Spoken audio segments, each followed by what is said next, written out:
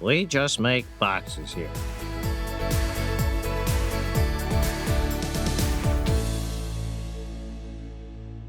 Hello, I'm Luke Hector, and this is The Broken Meeple, a show devoted to board and card games, and you're watching Beyond the Base Game. This is where I talk about expansions to board games specifically, because many other people can't be bothered. This is for 2 expansions to Canvas. I'm going to do 2 videos, both should be pretty small, one for reflections and one for finishing touches, which is the latest one to come out. So Canvas, you will have already seen my review and the rating I gave it. This comes in a very similar box, quite big. In fact, I would dare say probably too big. We'll get onto that a little bit later. But this one claims to add a new game board, gold ribbons, new type of scoring, and reversible transparent cards that they call mirror cards. Now, Canvas, as you might already know, is super light, super fluffy. You basically pick a card from a row, draft it, and you make a colourful art piece with 3 of these transparent sleeve cards and create an art piece and try and meet the criteria of scoring cards. So the first thing you're going to notice, yeah, big board. Remember that lovely little playmat from the original set? This lovely thing? Sorry. Gotta leave us, I'm afraid. Yep, we now have a bigger board. I don't know how I kind of feel about that. I mean, could we have not had a playmat as well? But to have a board that I've got to flatten that has, for the life of me, I don't know why it has 3 holes in it that you can punch out. Is that meant to be easier to pick up the cards? I'm not entirely sure, but it's kind of weird why it's there. But yeah, I don't know, would have liked a little playmat, but that being said, this now has storage for all the ribbons, it has storage for the different scoring cards, tells you how much the ribbons are worth, and of course it has room for the transparent cards themselves. And basically, what does this expansion add other than just a bigger board? Well, because you've got more cards and you've got a bit more choice, instead of only having 5 slots to pick from, you now effectively have columns. So same thing applies where you've got to put inspiration tokens on, the columns as you go past, and you do start with more, but you've got to put 1 per row on here, so it is quite a lot more inspiration tokens you could be spending, but essentially you are now picking from 8 cards rather than only 5, so it gives you a little bit more option in that regard. And of course you have a few more scoring cards, so there are some specific ones here that are dedicated to this expansion, but then there are also a couple that are just unique with the previous game, and it just gives you more variety in how the game can score. And you have gold ribbons which match certain point generating things on these transparent sleeves. They're 3 points each. If you get one, you get one. Happy days. But wait, there's more. So what is the real difference here? Well, you have these mirror cards here, and all of these in the new deck are mirror cards. You mix and match these with the previous 70 that you had in the original box, and basically you fill the box up as much as it can go and put the rest away. So you are going to get a bit of variety in the game now. But basically these function exactly like the typical art cards, except now, as well as what it has on one side, if you turn it the other way, it has the mirrored image of what it is, and hopefully I'll have photos to show you. But for example, here I had a gold ribbon in the very center as green and a triangle on the burgundy swatch here, but as soon as I turn it around, it's now red and it's on this side. So swapping these around essentially gives you like the opposite color swatches but keeps the symbols the same. So what this now does is that it opens up a little bit of extra choice and variety when you're constructing your art piece, because previously you had to choose 3 out of 5 cards and that was all you kind of had. It was fixed in that position.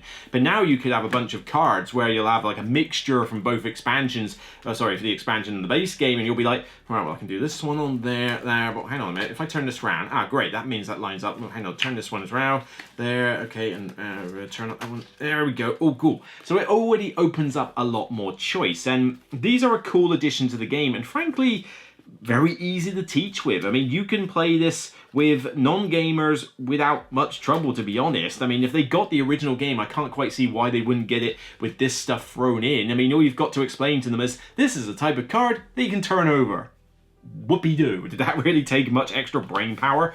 But it does open up a bit more depth and a bit more choice here. And that's most of what the game really gives you. There's not much else. I mean, the rulebook is literally like about 4 pages total, including front and back. There really is nothing here. There's an overview of the icons. It tells you the rules changes, which frankly is mainly just how you draft the cards. That's pretty much the only difference. And it just mentions a couple of differences if you were playing the 1 and 2 player variant from before, which again is very minor, and I wasn't necessarily playing those variants anyway. The only minor other thing on here is the Masterpiece variant, which frankly, not the biggest fan of really. I mean, this is you know, it effectively gives you a way to have two winners. Now, I could see people, maybe young families doing this, you know, when you've got your kids playing this and they want to have a little bit of an extra incentive to make a pretty picture. I am totally down with that. I can't see gamers taking this up. Essentially, you have the Best in Show award, which is basically whoever got the most points is the winner. So you just give them this little token and say, you won, well done. The Masterpiece variant, and I will quote from the sheet here, I am not joking here. Each player displays one of their paintings and explains its meaning. As a group, discuss the artwork presented and award the Masterpiece ribbon to the player with the best painting. The painter of the Masterpiece and the winner of Best Show share the victory.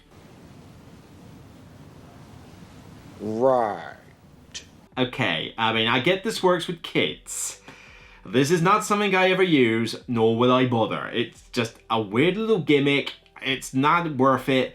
But I can see why some people would. But it's a variant, it's not part of the game, it's just something I'm not going to bother with. I mean, I'm not even going to bother with this token because you just don't need it. Whoever won the game, won the game. That's good enough for me. I'm not going to sit there trying to have a, you know, big, massive discussion about whether my, you know, my giant, let's see, flip this over. Yeah, Lost Giant, which is effectively a giraffe looking at a signpost, is somehow meaningful in some way. It's just not something I'm going to do. But as I say, I digress. It's a minor thing, whatever. And that's pretty much all the expansion is. It is just that. But there are one or two things to bear in mind here. First of all, you are going to have storage issues. Yeah, remember when I hinted at in the first base game video where I said that you had this big box and, you know, you were pretty much at the mercy of this box, there wasn't much other room? Well, you only have a thin box this time. And you have to put in this board, which when folded down is quite a bulky board. This takes up most of the space that is in this box, and it will certainly take up a majority of the space in here.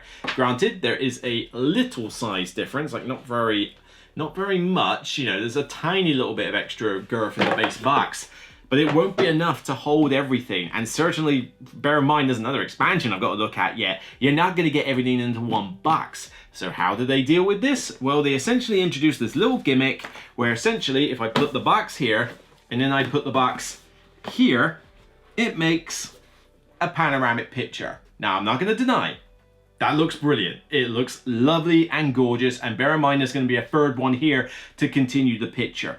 However, there is a point, a line that you must draw where having a gimmick becomes non-practical. This is not a game that is super heavy and needs a bucket load of storage. I mean, if you put these three together, you know, with the other expansion to come, it takes up about the same amount of room, if not more, than a typical box will. So I mean, here's like a Lacerda one up here. Well, two of them are as wide, or maybe just slightly wider, than one Lacerda box. So you're effectively using up half a Calyx shelf to store all three of these eventually, and all that is in the other box is just more sleeves, a board, and a few extra tokens. Could we have not just had like a bigger box to begin with and not gone with this whole gimmick of I can hang it up on my wall and make it look pretty and stuff, and thought more about the practical applications where somebody might actually want to store everything in one box and have it all together? And now you're selling it. You want to sell it. It's annoying having to store multiple boxes for this when essentially you're going to use everything, because frankly there's no reason you would separate out the expansion in this. It's so simple and light that you're just going to mix it all together and teach it to a brand new gamer anyway. But now I've got to get it out of two separate boxes, and that's just annoying. I don't like that. And bearing in mind, like I said, I keep reiterating this, there's a third box to deal with, so you're going to have 3 boxes to open. This is just a stupid idea. I get that it looks pretty. Yes, it's lovely and gorgeous, and it's going to look amazing if you hang them up on your wall, but I'm not hanging these games up on my wall. I'm putting them on a shelf and I'm playing with them.